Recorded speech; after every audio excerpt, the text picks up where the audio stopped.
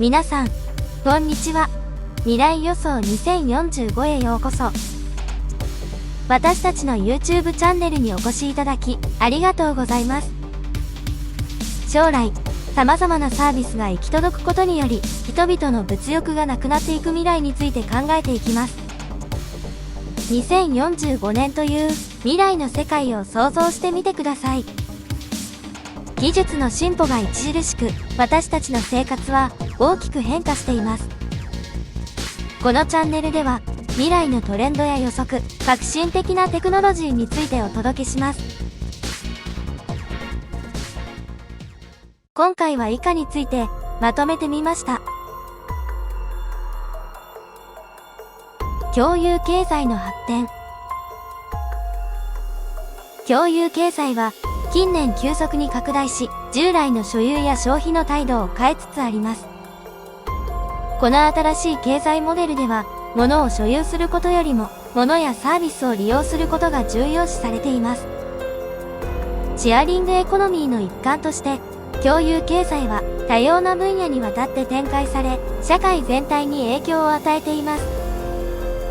車の共有がその代表例であり、カーシェアリングサービスが都市部で特に広く受け入れられています。これにより、個々の利用者は所有コストを抑えつつ、必要な時に車を利用できるメリットがあります。同様に、バイクや自転車の共有も増加傾向にあり、都市の移動手段がより柔軟かつ効率的になっています。住宅においても、シェアードハウジングや民泊サービスが拡大しています。これにより、空き部屋や空きスペースを有効活用することで、住宅リソースの無駄を削減し、新たな収入源を生み出すことが可能です。また、仕事スペースの共有やコワーキングスペースの利用も一般的になり、柔軟な働き方が促進されています。物理的なアイテムだけでなく、デジタルコンテンツも共有される傾向があります。音楽や動画のストリーミングサービス、クラウドストレージなどがその例で、個々の利用者は大容量のデータやエンターテインメントを手軽に利用できるようになっています。これにより、所有の必要性が減少し、コンテンツにアクセスすることが重要視されています。共有経済の進展は、持続可能性への注目を高める一因ともなっています。物を所有することが生む過剰消費や資源の浪費を抑制し、必要な時に必要なだけ利用することで、環境への負荷を軽減することが期待されています。このような取り組みは、社会全体でのエコロジカルなライフスタイルの形成を促進しています。共有経済は、技術の進歩やネットワークの拡大によって支えられ、多様なサービスが利用者に提供されています。これにより、新たなビジネスモデルが生まれ、経済の在り方が変容しています。将来的には、ますます個人や企業がリソースを効果的に活用し、より持続可能で柔軟な社会が構築されることが期待されます。サブスクリプションモデルの普及。サブスクリプションモデルの普及は、近年のビジネスと消費者の関係に大きな変革をもたらしています。この新しい経済モデルでは、製品やサービスの所有よりも定期的な支払いによって利用権を得る形態が主流となりつつあります。例えば、映画やテレビ番組、音楽などのエンターテインメントコンテンツが提供される動画、ストリーミングサービスが急速に広まっています。これにより、個別のメディアコンテンツを所有する必要性が低減し、月額のサブスクリプション料金を支払うことで、多岐にわたるコンテンツにアクセスできるようになりました。同様に、ソフトウェアやアプリの分野でも、サブスクリプションモデルが一般的となりました。これにより、利用者は定期的な料金を支払うことで、最新の機能やセキュリティアップデートを継続的に受けることができ、所有ソフトウェアの更新やアップグレードに伴う手間やコストが削減されています。また、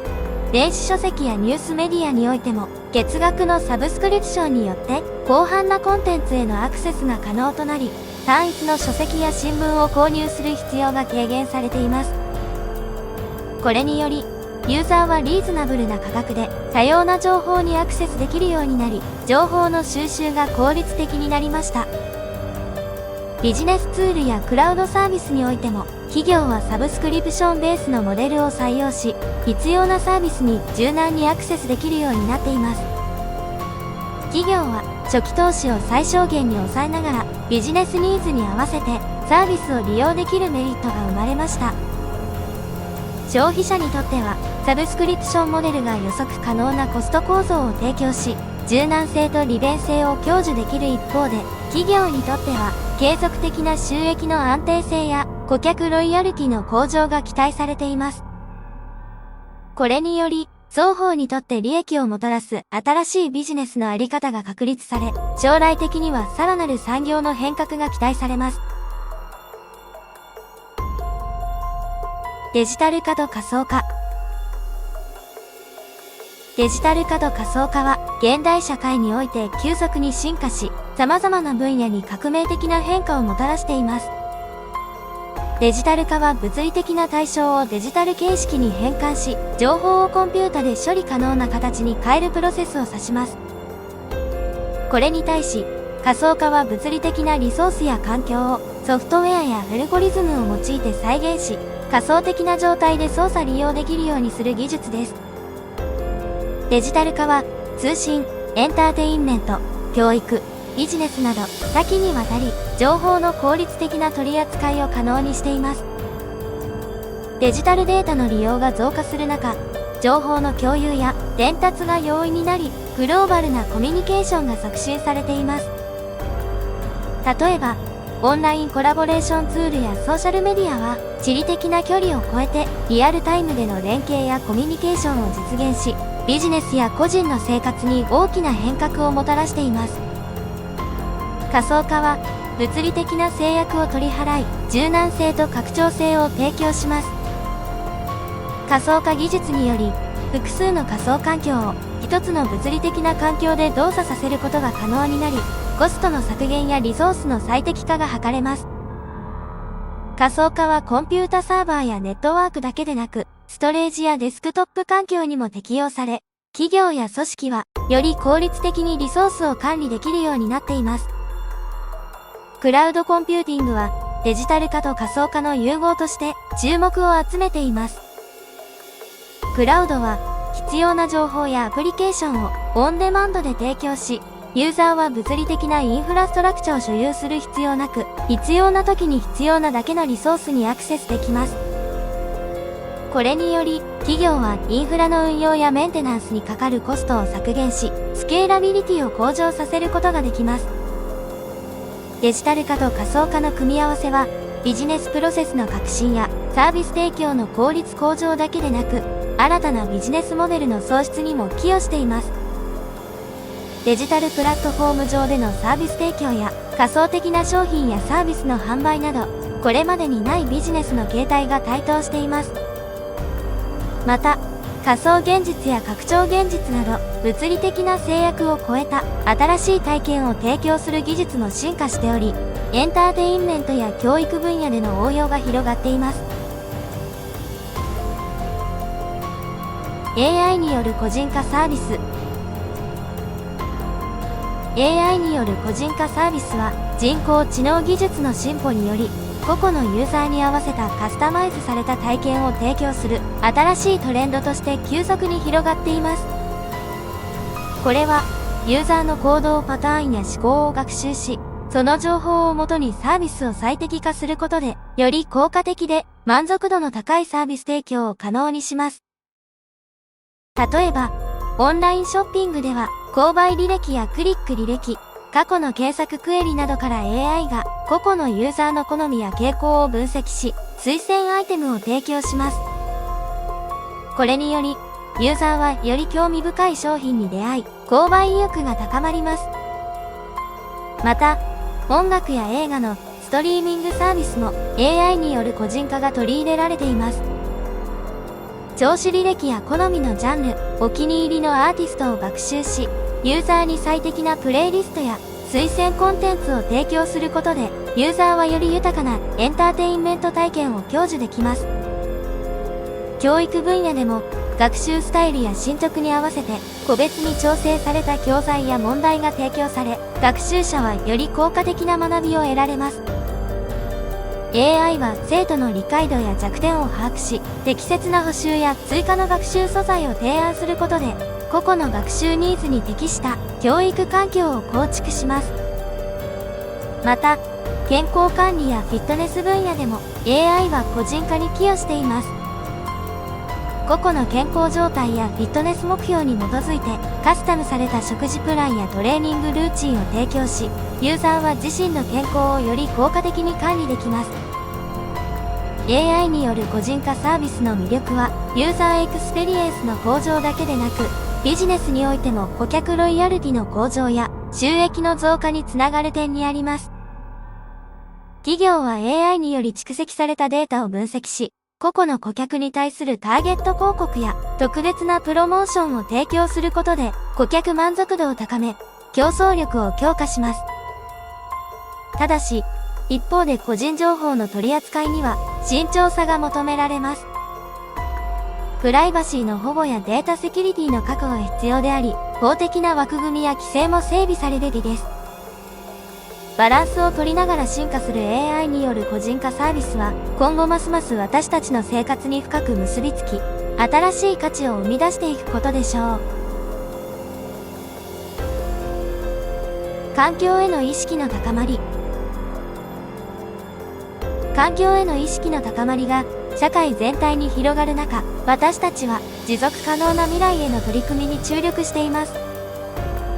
気候変動や自然破壊など、環境への悪影響が顕著になる中、個人や企業、政府は積極的な行動を起こし、持続可能なライフスタイルや事業モデルの構築に努めています。再生可能エネルギーの普及はその一例です。太陽光や風力などの再生可能エネルギーは、環境に対する負荷が低いだけでなく、枯渇の心配がないため、徐々に主流となりつつあります。多くの国が再生可能エネルギーの導入を進め、企業も自社のエネルギー供給を再生可能なものに切り替える動きが広がっています。プラスチック問題への対策も環境への意識の表れとして挙げられます。海洋や陸地に漂う大量のプラスチックゴミが環境に与える悪影響が浮き彫りになり、プラスチック削減への運動が世界中で展開されています。再利用可能な素材の利用やプラスチックの削減に向けたイノベーションが進み、個人や企業がプラスチック問題に取り組む姿勢が強まっています。森林保護と再植林も環境保護の一環として注目されています。森林は二酸化炭素の吸収源であり、生態系や地球の気候に大きな影響を与えています。森林の伐採や破壊が進む中、森林保護や再植林プロジェクトが盛んに行われ、緑の灰を守るための取り組みが拡大しています。持続可能な農業も環境への意識の高まりにつながる重要な要素です。有機農業や持続可能な農業プラクティスの普及が進み、土壌の健康を保ち、農薬や化学肥料の使用を減少させることで、環境への負荷を軽減し、食品の安全性と品質を向上させる効果が期待されています。企業の社会的責任も環境への意識の高まりにおいて鍵となっています。企業は環境に配慮した製品の提供や環境への負荷を最小限に抑える取り組みを強化し、サプライチェーン全体での環境への影響を評価改善する動きが広がっています。環境に配慮した事業活動は、企業イメージの向上や市場競争力の強化につながると認識されています。ミニマリズムの普及。ミニマリズムの普及が進む現代社会では、物質的な豊かさよりも、シンプルで本質的な生活が重視され、過剰なものの所有や消費からの解放が求められています。ミニマリズムは、物事を最小限に抑え、本当に必要なものに焦点を当てる哲学であり、様々な領域でその影響が広がっています。物理的な環境において、ミニマリズムは家庭やオフィスのインテリアデザインに現れています。シンプルで機能的な家具や物の配置は空間を清潔で開放的に保ち、ストレスの少ない環境を提供します。断捨離と呼ばれるものの整理整頓手法が注目を浴び、過去の思い出にとらわれず、未来に向けてシンプルな生活スタイルを築く手助けとなっています。デジタル領域でもミニマリズムは影響を与えています。デジタルデバイスやオンラインプラットフォームはシンプルなユーザーインターフェースや機能の最小化を通じてユーザーに使いやすい体験を提供しています。また、デジタルファイルの整理や不要なアプリケーションの削除などデジタルミニマリストの動きが拡大しています。ミニマリズムの影響はファッションにも現れています。シンプルなデザインや中立な色調、機能性を重視した服が人気を博しています。服の所有を最小限に抑え、コーディネートが簡単で多様なスタイルに対応するアイテムが重宝されています。これにより、ファッションにおいても環境への負荷が減少し、質の高いアイテムに焦点が当てられています。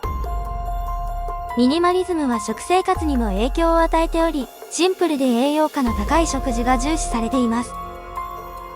食材の選択を慎重に行い、適切な量を食べることで健康への配慮が現れています。また、フードウェイスト食品廃棄物の削減もミニマリストの価値観と合致しており、地球環境への配慮が求められています。ライフスタイル全体にわたり、ミニマリズムは忙しい現代社会において精神的な安定や幸福感を求める人々に支持されています。物の少なさや簡素さがもたらす心地よさや無駄なストレスや選択肢から解放される感覚は多くの人にとって新たなライフスタイルの選択肢となっています。環境問題への関心が高まる中、ミニマリズムは資源の節約や環境負荷の軽減にも寄与しています。物の過剰な生産や廃棄が抑制され、持続可能な未来への一翼を担っています。ミニマリズムの普及は私たちがよりシンプルで意識的な生活を楽しむための新たな動きとして今後も拡大していくことが期待されます。体験重視の文化。体験重視の文化が拡大する現代社会では、物質的な所有よりも感動や経験を求めるトレンドが急速に広がっています。この文化の根底には、豊かな経験が人生の充実感や幸福感に直結するという価値観があります。人々は単なるものの所有だけでなく、心に残る体験を重視し、それを通じて新しい価値を見出しています。旅行は体験重視の象徴と言えます。観光地だけでなく、ローカルな文化や伝統に触れることで、新しい視点や感動が生まれます。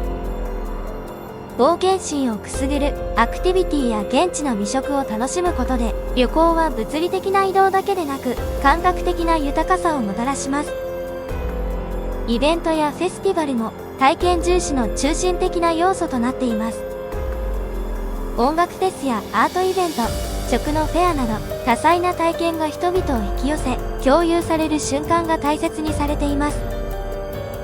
これらのイベントは単なる観客ではなく、参加者が積極的に体験に参加する場として捉えられています。食文化も大きな影響を受けています。単なる食事だけでなく、食べること自体が一種のアートやエンターテインメントとして捉えられ、新しい料理や食材の発見が楽しまれています。レストランやカフェは食事を提供するだけでなく、心地よい空間やサービスを通じて顧客に豊かな体験を提供しようと競い合っています。商品やサービスの提供者も顧客に豊かな体験を提供することに力を入れています。ブランドイベントやポップアップストア、限定商品の発売などが通常の買い物を一歩先の体験に昇華させ、顧客との強い結びつきを生み出しています。このようなアプローチは、顧客が商品やサービスを購入するだけでなく、ブランドとの感情的なつながりを築くことを目指しています。デジタル技術も体験重視の文化に寄与しています。仮想現実や拡張現実などの技術を活用し、仮想空間での体験やデジタルアートが注目を集めています。また、ソーシャルメディアを通じて他者との体験を共有することで、個々の経験がより広がり、共感を呼ぶことが可能となっています。現代社会では、体験重視の文化が隆盛し、物質的な所有よりも感動や経験が重要視されています。旅行やイベント、食事など様々な領域で新しい価値を見出すために豊かな体験が求められています。これはデジタル技術の進化とも結びつき、仮想空間での体験やソーシャルメディアを通じた共有が一層広がっています。商品やサービスの提供者も顧客に感動や共感を提供することに注力し、限定イベントやデジタル技術を駆使した斬新なアプローチが増えています。体験重視の文化は単なる消費以上に、豊かで充実した人生を追求する新たな生活様式や価値観を形成しています。皆さん、今回の未来予想2045はいかがでしたか？私たちのチャンネルをご視聴いただき、本当にありがとうございました。未来の可能性について一緒に考え、語り合うことができたことを嬉しく思います。これからも未来予想2045は最新の情報と予測を提供し、皆さんと共に未来を明るく希望に満ちたものにしていきたいと思っています。引き続き未来予想2045の応援をお願いします。少しでも未来予想2045に興味を持っていただいたら、ぜひグッドボタンとチャンネル登録をお願いします。最後までご視聴していただいてとても嬉しいです。ありがとうございました。